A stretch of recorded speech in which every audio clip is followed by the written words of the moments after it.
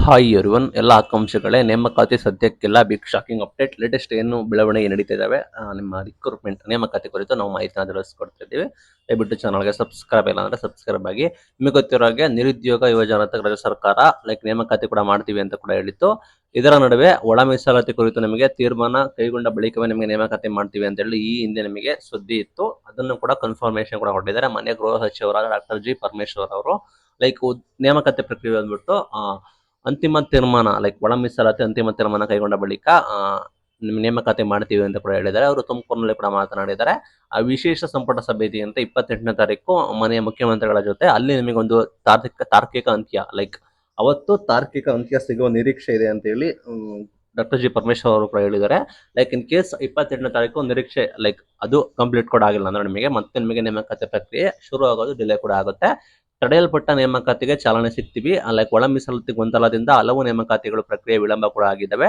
ಅದನ್ನು ಡಿಸಿಷನ್ ತೆಗೆದುಕೊಳ್ತೀವಿ. ಸಂಪುಟ ಸಭೆಯಲ್ಲಿ ಈ ಬಗ್ಗೆ ಸ್ಪಷ್ಟ ನಿರ್ಧಾರ ಕೈಗೊಂಡು ನಂತರ ನಿಮಗೆ ಸರ್ಕಾರಿ ಹುದ್ದೆಗಳಿಗೆ ಅಧಿಕೃತ ಆದೇಶ ಕೂಡ ಹೊರಡಿಸ್ತೀವಿ ಅಂತ ಹೇಳಿದ್ದಾರೆ. 50,000ಕ್ಕೂ ಹೆಚ್ಚು ಹುದ್ದೆಗಳು ಕೂಡ ಇದಾವೆ. ಅದಕ್ಕೆ ತಯಾರಿ ಕೂಡ ಮಾಡ್ಕೊಂಡಿದ್ದೀವಿ.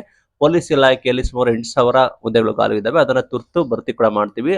ಸಚಿವ ಸಂಪುಟದಲ್ಲಿ ತೀರ್ಮಾನವಾದ ನಂತರ ಅತ್ಯಂತ ವೇಗವಾಗಿ ನಾವು ಸರ್ಕಾರದವರು ನಮಗೆ ನೇಮಕಾತಿಯನ್ನು ಅತ್ಯಂತ ವೇಗವಾಗಿ ಬದ್ಧವಾಗಿ ನಾವು ನೇಮಕಾತಿಯನ್ನು ಮಾಡ್ತೀವಿ ಅಂತ ಹೇಳಿ ಡಾಕ್ಟರ್ ಜಿ ಪರಮೇಶ್ವರ್ ಅವರು ಮಾಹಿತಿನ ಕೊಟ್ಟಿದ್ದಾರೆ.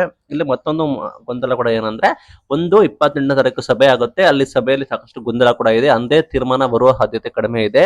ಇನ್ ಕೇಸ್ ಅಂದೇ ತೀರ್ಮಾನ ಬಂದ್ರೆ ಓಕೆ, ನಮಗೆ ನೇಮಕಾತಿ ಪ್ರಕ್ರಿಯೆ ಶುರು ಆಗ್ಬೋದು. ಇಲ್ಲ ಮತ್ತೆ ಅದು ಡಿಲೇ ಆಗಿ ಮತ್ತೆ ಪೋಸ್ಟ್ಪೋನ್ ಆಗ್ತಾ ಹೋದ್ರೆ ಮತ್ತೆ ಪೋಸ್ಟ್ಪೋನ್ ಕೂಡ ಆಗುತ್ತೆ. ಇನ್ನ ಮತ್ತೊಮ್ಮೆ ಎಲೆಕ್ಷನ್ ಕಮಿಷನ್ ನಿಮಗೆ ಗೊತ್ತಿರೋ ಹಾಗೆ ಎಲೆಕ್ಷನ್ ಕೂಡ ಅನೌನ್ಸ್ಮೆಂಟ್ ಕೂಡ ಮಾಡಿದ್ದಾರೆ.